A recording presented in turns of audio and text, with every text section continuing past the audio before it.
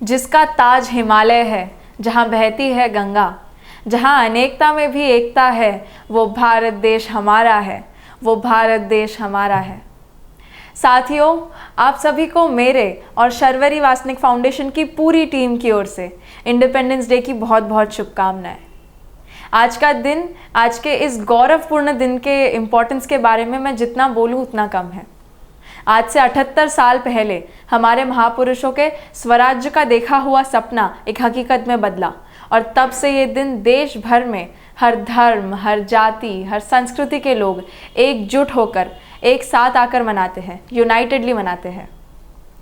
आज का दिन सिर्फ एक ऐतिहासिक परिवर्तन नहीं, बल्कि उन फ्रीडम फाइटर्स को याद करने का एक अवसर भी है जिन्होंने हमारे देश हित के लिए अपना सब कुछ न्यौछावर कर दिया। दोस्तों, हम देखते हैं कि आज के दिन पूरे देश भर में बड़े ही शान से तिरंगा फहराया जाता है। अनेक देशभक्ति गीत गाए जाते हैं, राष्ट्रगीत गाया जाता है। स्कूल, कॉलेजेस और अनेक इंस्टीट्यूशंस में कल्चरल इवेंट्स होते हैं। ये सब देखकर मुझे बहुत खुशी फील होती है, बहुत प्राउड फील होता है कि एक दिन इस उत्साह को मनाने के लिए हम सब अपनी पर्सनल आइडेंटिटी से उठकर एक साथ आ रहे हैं।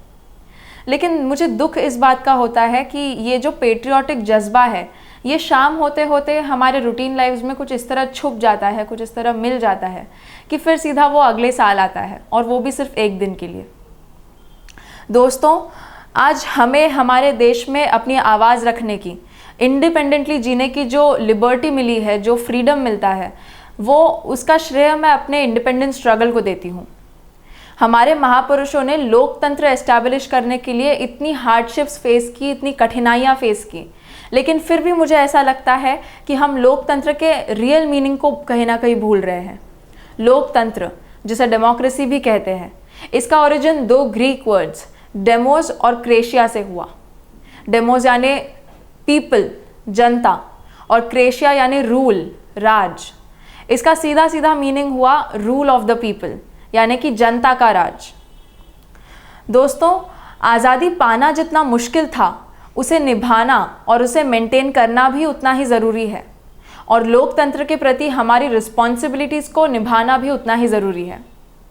जैसे कि आज हम आमतौर पर देखते हैं कि हम जो टैक्सेस पे करते हैं, जिन टैक्सेस के बल पर गवर्नमेंट हमारे देश को चलाती है, उसे अलग अलग यूटिलाइज़ करती है, लेकिन फिर भी हम देखते हैं कि इस सिस्टम में कहीं ना कहीं किसी योजना के थ्रू अगर 100 रुपये किसी को अलॉट किए गए हैं, तो वो उस अंतिम व्यक्ति तक पहुंचते पहुंचते, उस एंड यूज़र तक पहुंचते पहुंचते वो रुपए शायद 50 रुपये हो जाए।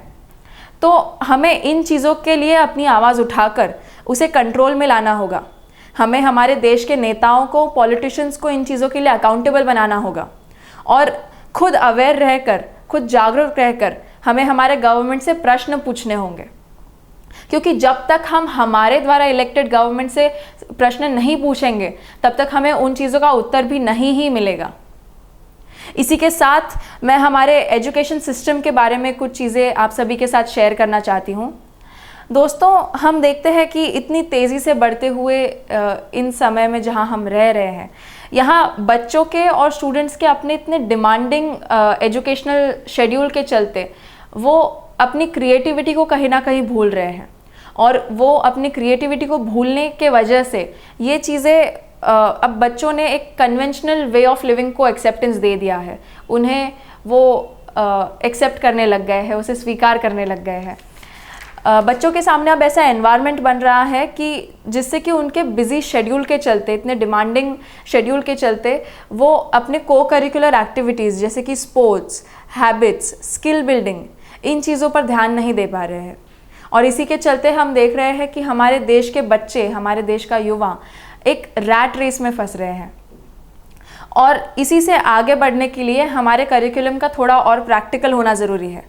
एक ऐसा करिकुलम जो बच्चों के मेंटल और फिज़िकल फिटनेस को सपोर्ट करे, ऐसा होना ज़रूरी है।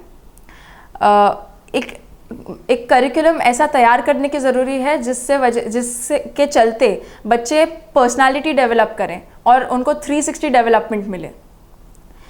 बच्चों के मानसिक विकास के साथ उनके एकेडमिकली और एजुकेशनली एक्सेल करने के साथ साथ उनका शारीरिक विकास होना भी उतना ही ज़रूरी है। जिससे कि होलिस्टिकली उनकी क्रिएटिविटी बूस्ट हो पाए, and so that they can be the leaders of tomorrow.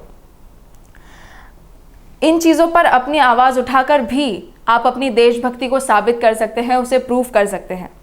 और हमें इन चीज़ों पर स्पेशली अपनी आवाज़ उठानी ही है, और स्पेशली हमारे युवा पीढ़ी को इन चीज़ों पर अपनी आवाज़ उठानी है, not because this is a choice but because this is a responsibility.